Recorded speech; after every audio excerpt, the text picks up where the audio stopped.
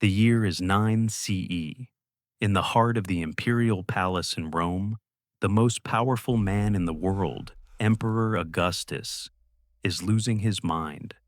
Witnesses report the elderly emperor wandering the halls, unshaven for months, violently banging his head against the doorposts, screaming the same phrase over and over into the empty air. Quintilivare legionis rede. Quinctilius Varus, give me back my legions. Thousands of miles away, under the dark, dripping canopy of an ancient Germanic forest, lies the reason for the emperor's madness. 3 entire Roman legions, the 17th, the 18th, and the 19th, along with their cavalry and auxiliaries, nearly 20,000 men, have simply vanished. They haven't just been defeated, they have been obliterated. The unbreakable iron fist of Rome has walked into a trap so perfect, so brutal, that it will permanently halt the expansion of the greatest empire on earth. How did a ragtag coalition of barbarian tribes annihilate the finest professional fighting force in existence? This is the story of the ultimate betrayal and the battle that drew the map of modern Europe. At the dawn of the first millennium, the Roman Empire seemed unstoppable. From the sands of Syria to the coasts of Spain, the Pax Romana, Roman peace, reigned supreme, enforced by the gladius and the pilum. Having conquered Gaul, the imperial gaze turned toward the wild, untamed lands east of the Rhine River, Germania. To the Romans, this was a land of nightmares, endless, lightless forests, bottomless bogs, and fierce, chaotic tribes who worshipped strange gods in sacred groves. But Rome did not fear the dark. It conquered it. For 20 years, Roman armies had pushed deeper into tribal territory, building roads, forts, and cities. By 9 CE, the Romans believed the conquest was all but complete. They believed Germania was just another province aimed toward taxation and civilization. They were wrong. They failed to see that beneath the surface of submission, a fire was burning. They failed to realize that the greatest threat to their power wasn't a wild barbarian chieftain, but a man wearing a Roman toga, speaking Latin, and commanding their trust. To understand the catastrophe, we must understand the 2 men at its center.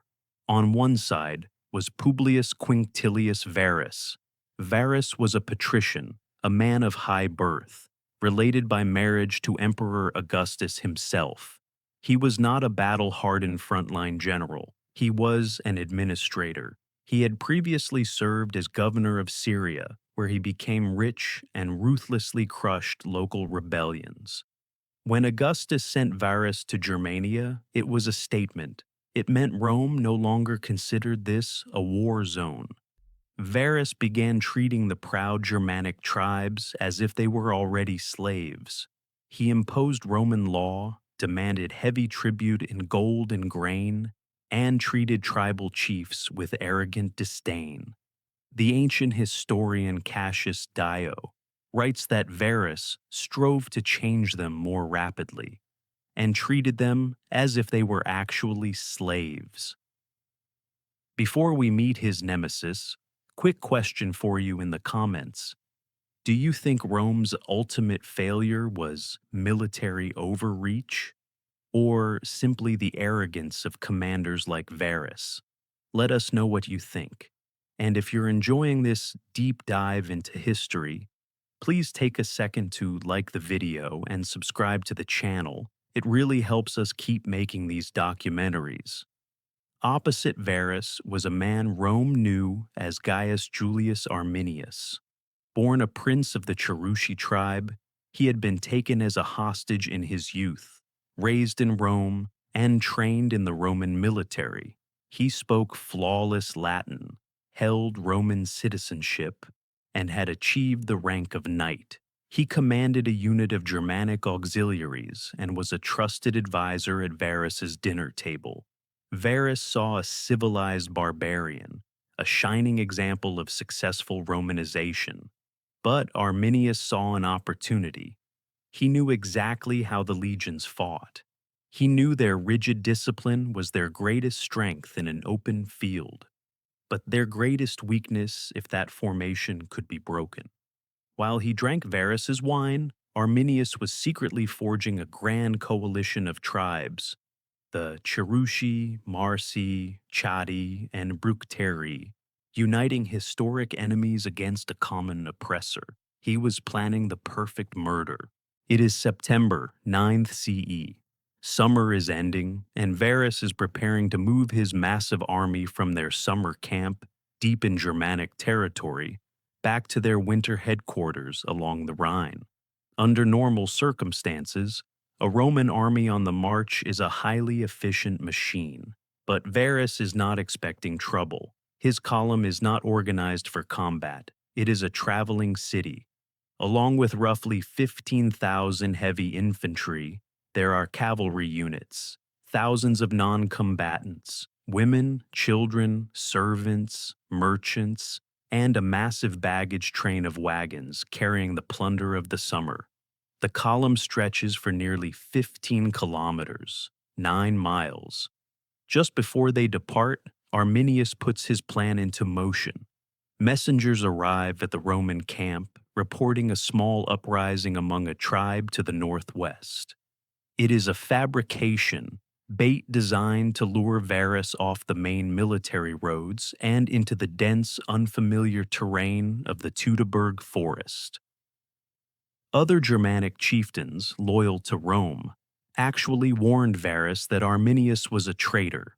One, named Segestes, even told Varus to arrest Arminius immediately. But Varus, blinded by aristocratic arrogance, refused to believe that a man he considered a friend and a Roman knight could betray him.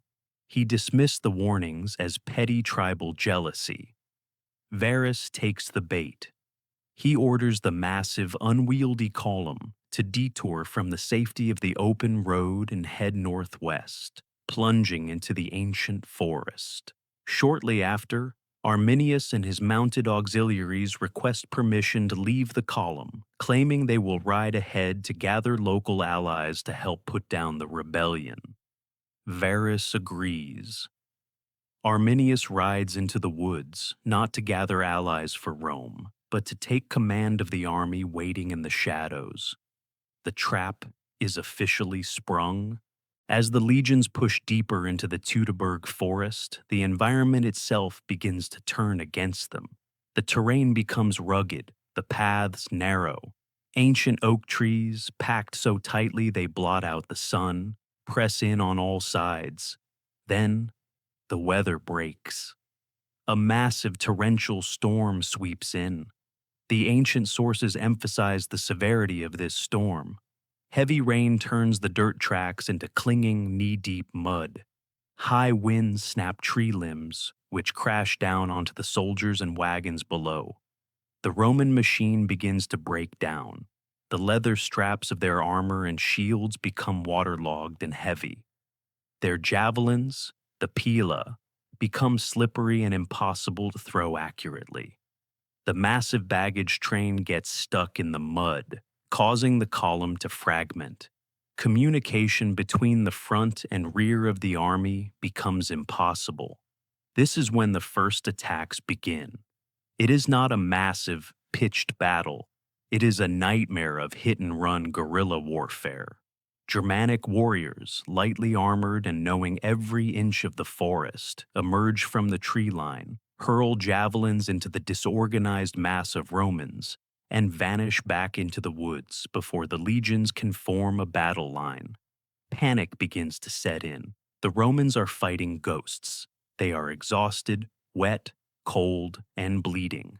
Varus realizes, too late, that he has been betrayed. Put yourself in the sandals of a Roman legionary right now. You can't see your enemy. You're soaked to the bone, and your commanders are panicking. Would you try to hold the line, or would you make a run for it? Let us know below. By the end of the first day of fighting, the Romans managed to build a fortified camp. They burn their wagons and abandon non-essential gear to lighten the load. They hope that if they can just reach more open terrain, their superior discipline will save them. On day 2, they march out, organized in a tighter combat formation. They manage to push through open ground, inflicting some casualties on the Germans, but are forced back into the woods to continue their journey. The attacks are relentless. The Roman strength is bleeding away, mile by bloody mile. By the 3rd day, the remaining Roman force is exhausted, starving, and psychologically broken. Arminius, directing the battle from the high ground, knows it is time to close the net. He has heard the Romans exactly where he wants them, a narrow strip of land between a steep, wooded hill and a vast, impassable bog, known today as the Calchries Narrows. Archaeological evidence discovered at Calchries reveals the genius of Arminius's final preparation. Along the side of the hill, the Germanic tribes had constructed a camouflage turf wall, running for hundreds of meters. As the ragged Roman column enters this bottleneck, the path narrows to less than 100 meters wide. They are packed together, shields clattering, unable to maneuver. Suddenly, thousands of Germanic warriors emerge from behind the turf wall on the high ground. A deluge of spears rains down on the Romans from above. Simultaneously, warriors charge from the front and rear, while others emerge from the tree line to push the Romans into the bog. It is no longer a battle, it is a slaughter. The vaunted discipline of the legions evaporates. In the tight confines, the Romans cannot deploy their formations. Their waterlogged wooden shields are hacked to pieces by Germanic axes. Officers are pulled from their horses and butchered. Seeing the total annihilation of his army, and fearing capture and torture by the tribes he had humiliated, Publius Quinctilius Varus takes the traditional escape of a defeated Roman general. He falls upon his own sword. Other high-ranking officers follow his example. With their leadership dead, the remaining resistance collapses.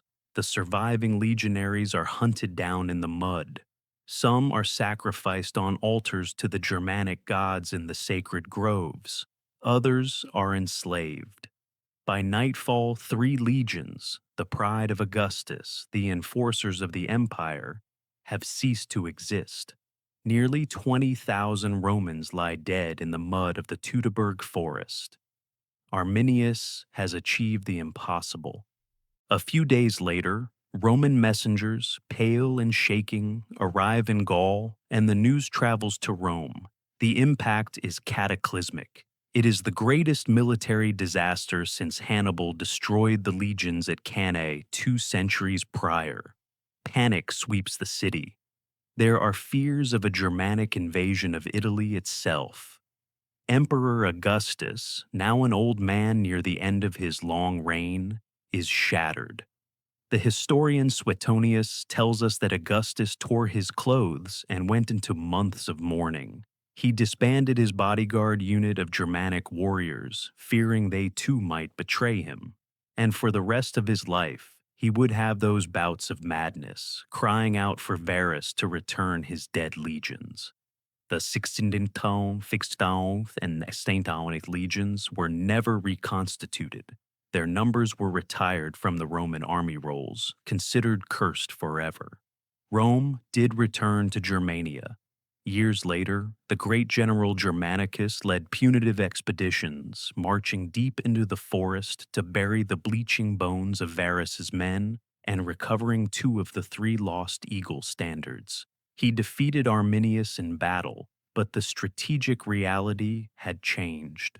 Rome realized that the cost of conquering and holding these dark forests and fierce people was too high. Emperor Tiberius, Augustus's successor, made the fateful decision to pull back. The frontier of the Roman Empire was established at the Rhine and Danube rivers. The legacy of the Battle of the Teutoburg Forest is written on the map of the world today. Because Arminius stopped Rome here, the Latin language and Roman culture did not subsume the Germanic tribes in the same way they did in Gaul, modern France, or Hispania, Spain. A cultural and linguistic dividing line was drawn across Europe that persists to this day. Arminius himself was eventually assassinated by rival chieftains, his dream of a permanently united Germania unfulfilled during his lifetime. However, centuries later, during the 19th century, he would be rediscovered and rebranded as Hermann the German, a symbol of German nationalism and unity. A battle in a muddy forest, orchestrated by a brilliant traitor, fundamentally altered the trajectory of human history, proving that even the mightiest empire can be brought to its knees if it underestimates the desire for freedom in the hearts of those it seeks to conquer. From the arrogance of Varus to the cold, calculating genius of Arminius, the disaster in the Teutoburg Forest remains a timeless lesson in the dangers of imperial overreach. Thank you for joining us on this journey into one of history's darkest and most decisive moments. If you enjoyed this documentary, please crush that like button and subscribe to the channel. Turn on notifications so you never miss our next epic historical deep dive. Before you go, I have one final question for you. If Rome had successfully conquered Germania, how do you think the modern world would be different today? Let me know your theories in the comments below. Until next time.